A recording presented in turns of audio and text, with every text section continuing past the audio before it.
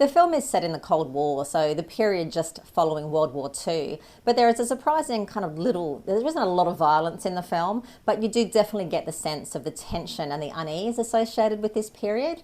If you were around during this time, it's quite evocative. You'll definitely start to get the emotions and the feelings, particularly of mistrust and suspicion and being wary of other countries and foreigners that existed around this period.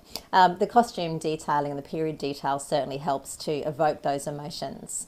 So in terms of the violence, there's only one kind of scene which is particularly, I guess, graphic or shocking. You do see a family it's assumed it's a family, it's a group of people who seem to be related. It looks like there's children as well as adults in this group. I'm talking maybe 6 or 7 people that try and escape from a walled, fenced area, and they are shot down. You don't really see any blood or gore. You see what appears to be bullets hitting the bodies, and you see the bodies fall, so you assumed that they are killed.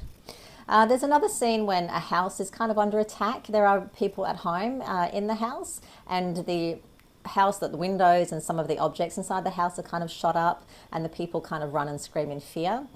So you get the sense of panic associated with this scene. You do see people being detained and apprehended.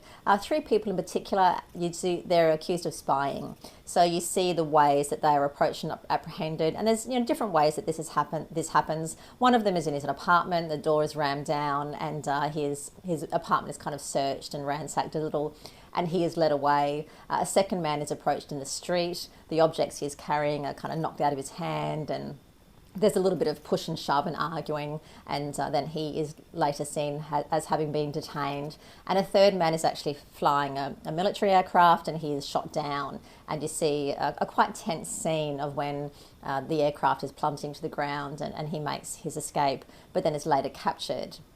Now, in these scenes where people are detained, you do sort of see the prison setting and that sort of stuff. And there's different levels, I guess, of interrogation that happens. None of it is particularly disturbing to watch. I think the worst it gets is, there's one man who's splashed with water and sleep deprived.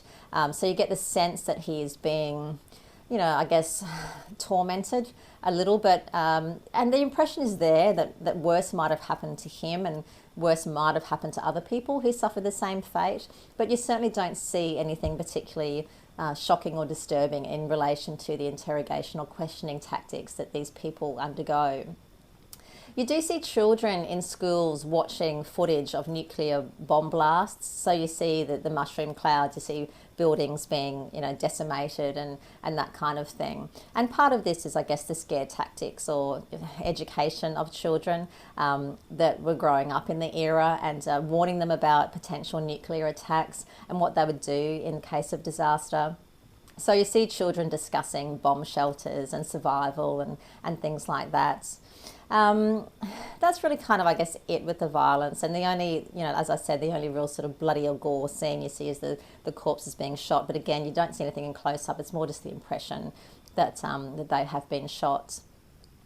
No sex or nudity in the film. The closest thing to nudity is you do see a man in kind of 1950s underwear. He has a singlet and boxer shorts on, but certainly nothing graphic or anything like that. And there's very little swearing in the film as well. There's a couple of uses of the F word, and also son of a bitch, I think is said maybe once. There's a couple of religious references and exclamations, but certainly nothing kind of heavy-handed or anything like that. You do see a little bit of alcohol in the film. You see people either carrying or holding glasses or drinking spirits and wine and champagne, and certainly no drugs in the film at all.